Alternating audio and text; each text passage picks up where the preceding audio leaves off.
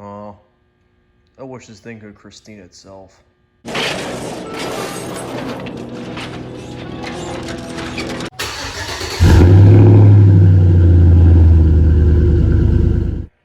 Hello everybody, welcome back to my shop. Last time we built the lower control arms of the go-kart. Today we're going to build the upper portion of the frame, pretty much the upper frame rails, the upper control arms, and we're going to start planning out the shock mounts. So let's not hesitate, let's just get this thing built. Okay, so for the front end I had some more scrap metal, and I am going to use this because one, it has this little flat piece on it which will help me weld this, but I like how that looks just by lining it up. So I'm just going to take the angle grinder, cut both of these off, and I'm going to use this piece of pipe for the cross members for the front. So I have to make 2 of these. So that means I'm going to make more fish mouths. But hey, no big deal. It's actually going to add some strength and some weight up front. Oh my god, the snap finally worked. Well, that's what I wanted. 2 cross members up front, 2 bars going back. I'm leaving the back alone. I should have like a brace, a support right back there. But I'm going to worry about getting the rest of the cab done before I take care of the bracing. Jeez, that's a really beautiful nose. I have to say it. Teacher's pet. Hey, mind your nose, funny man. Okay, but yeah, seriously, didn't take that long to make. Both bars from the front to where the fish mounts are 20 inches. And this is actually 11 7/8 across for the inner frame. But wow, this thing looks great. This thing is awesome. Like, I'm really happy how this is turning out. And it fits my parameters. It's low profile. It is low profile. I like how that looks. And also as well, it does give me enough space to run the upper control arms. So this is pretty much where my steering rack is gonna go, right in this area. Also as well, if anything ever happens to that and I get an upgraded motor, I have space to put a battery up here. Think of like an inverted race car.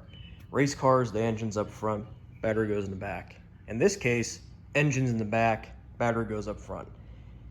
It's just a weird performance car. Okay, so the next confusing part on this, the upper control arms. Of course, they're me going in line, I have to put air quotes on that, in line with lower control arm. So pretty much it's gonna be a triangle, it's gonna sit like this, except with a twist. Because I want this thing to be adjustable, because right now I have camber adjustment from the Heim joints. I want my caster adjustment. That's how I'm going to get my caster adjustment. I want to make these I'm going to make these somewhat wide. And whenever I go to align this thing, which you guys will see, I will be able to have adjustable caster. Okay, so I made the mounts and I got my spacing. That's pretty much what I'm looking at. I'm going to have to align this bar or this pipe with the lower control arm. That way I have my spacing right. Then all I'm going to do is just burn them in place. And I'm doing it for both sides. Okay, that last part you've seen up until this point was last Tuesday. This is Monday, and I have to redo all the work on the suspension arms. The reason why I had to do it is because I had the knuckles flipped. I had the left on the right side and the right on the left. And when I realized that, I went and flipped them the correct orientation and did a little work. And I didn't really like how the front end looked. It was way too narrow for what I liked. And just something about it in the back of my mind, it just didn't seem right. So right now I have new lower control arms mostly made up. The old ones were 6 inches long from that back pipe, and now it's 7 inches long, so I extended it 1 inch on each side, 2 inches total. And I have to say one thing. It looks good. That concern is this corner right here. When you pick this thing up, you look at that front bar, to the middle bar, to that second to last bar. This piece, at least this left front corner, is bent down more than that side. And I should have did something about it before I made this front end, but I didn't do that. So after I get the new control arms made, I'm going to take and cut off the front where the fish mouths are. They're not really welded all the way, so I can still take and cut them off.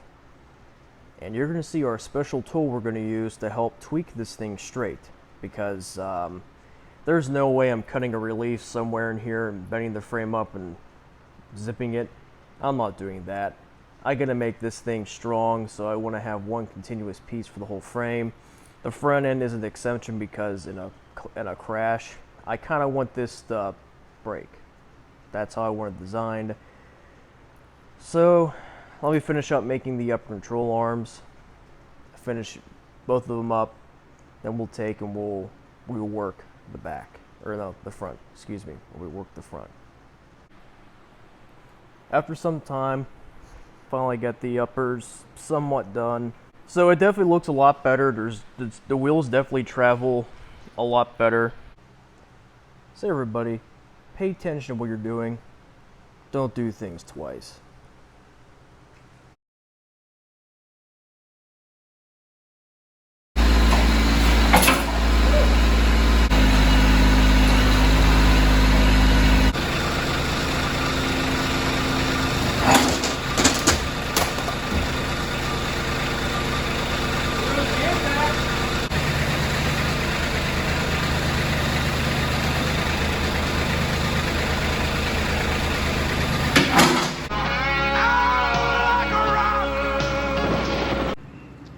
Hopefully you enjoy that, because this thing is still twisted. I cannot get that twist out of it for whatever I did. And the reason why I laid the board on it is so I didn't puncture a tire. And there's more of a surface area for it to grab on, but I built this thing good. It does not want to move whatsoever. I mean, for the most part, it's mostly level. I guess I'm gonna have to live with it. Alright, so I know this was quick, but I'm gonna leave this video right here. Next time you'll see this thing, we're gonna take these lower control arms and get them ready for the shock mounts. And hopefully, this thing will be sitting on shocks, hopefully by the end of the next video. So make sure to leave a like, comment, and subscribe, and I will see you next time.